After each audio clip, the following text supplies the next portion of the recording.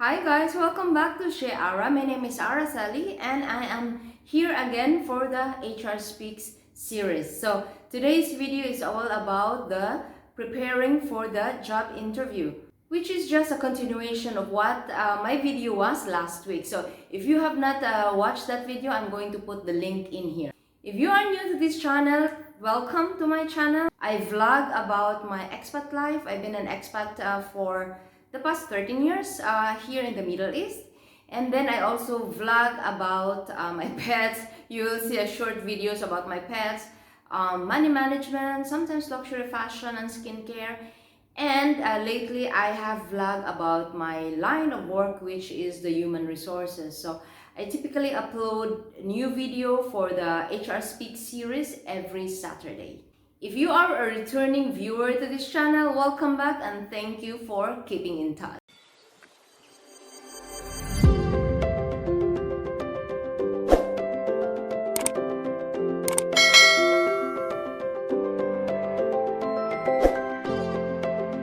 Now, last week's video is about the details that you should put in your CV so that your CV would represent you well, right? And I actually forgot to mention one of the details that you should not put in your CV. My fellow YouTuber and also HR Z actually remind me of this, and this is the selfie. Do not use the selfie as photo in your CV, please. I know a selfie when I see it. You will know it is a selfie as well. As I told you, and I will remind you once again, the CV, your CV should represent you well. Now, this video is about 5 best practices to do before the job interview. First best practice is confirm the email that you will be there on the date, time, and the venue as specified in the email. Make sure that you check the spelling and the grammar of your reply. The second best practice is this: go to the company's website. Why? You need to know the history of the company. What is it about? What are its products? What are its services if they offer both? Who established that company? Who found the company? Who is the head now? The current president? Is it a multinational company? Is it only within your country? If it is only within your country, do they have other branches in other provinces or states? These are, probably you would think those are small details, but you never know, you will need that knowledge during the interview, right? The third best practice is this: go back to the job posting. Check the job description. What are its requirements? What are the skills needed? What are the experience needed? Now, why should I stress about this? Because you can better market your skills. If you have the same skills, if you have the same experience, you can better market those skills during the interview. Why am I emphasizing knowing the history of the company and knowing the job requirement? Because these two information will help you better answer questions during the interview. The questions in the interview would probably be like this. First is that, why should we hire you? Second, what can you bring to the table? Third, and the most dreaded question of them all, how do you see yourself 5 years from now? So these 3 questions can be answered better if you know the history of the company and you know the job requirement. Fourth best practice is this: go back to your CV, study your CV, review your employment history. You might forget during the interview, when you are in the hot seat, so to speak, you'll become nervous or you'll panic and might miss out on a lot of details.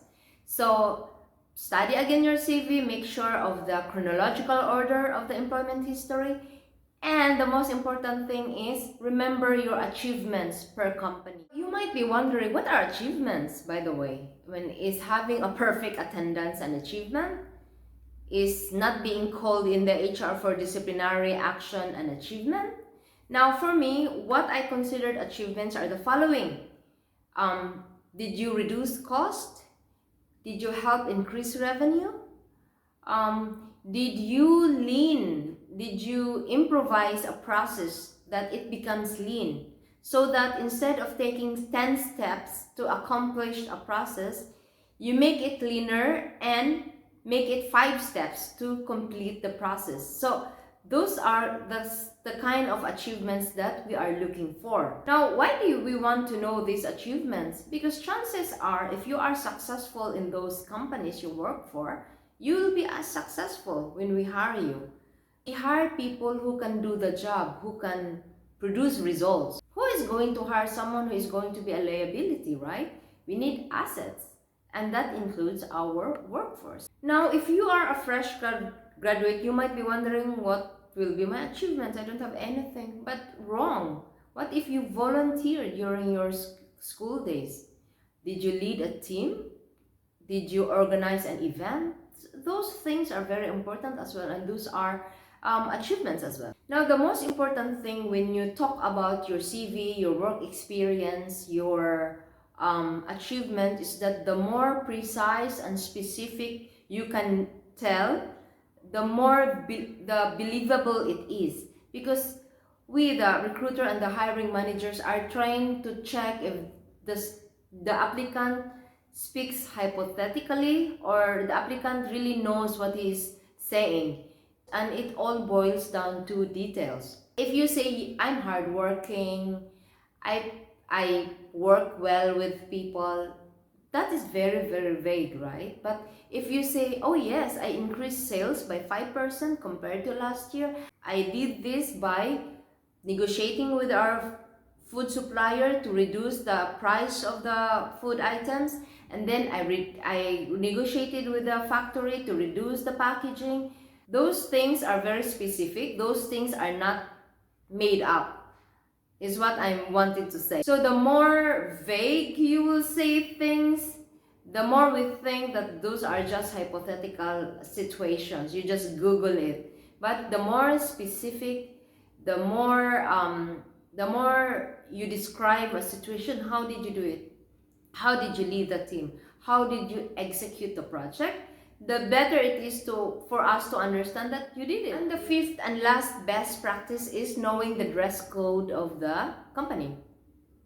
Do not go to the job interview not knowing what is it that you need to wear. You might be overdressed or underdressed. So check the company. How do they usually go to the office? If you don't know anyone in that company, you can call operator, check with them. What is the usual dress code? Let's recap the 5 best practices. First, confirm the invitation for the interview. Second, study the history of the company. Third, study the job description. Fourth, study your CV. Make note of the work experience and especially your achievements. And fifth is that make sure you know what the dress code is for the job interview. I hope this video helps and will help you land a good job. All the best in your job search and good luck. Ciao for now.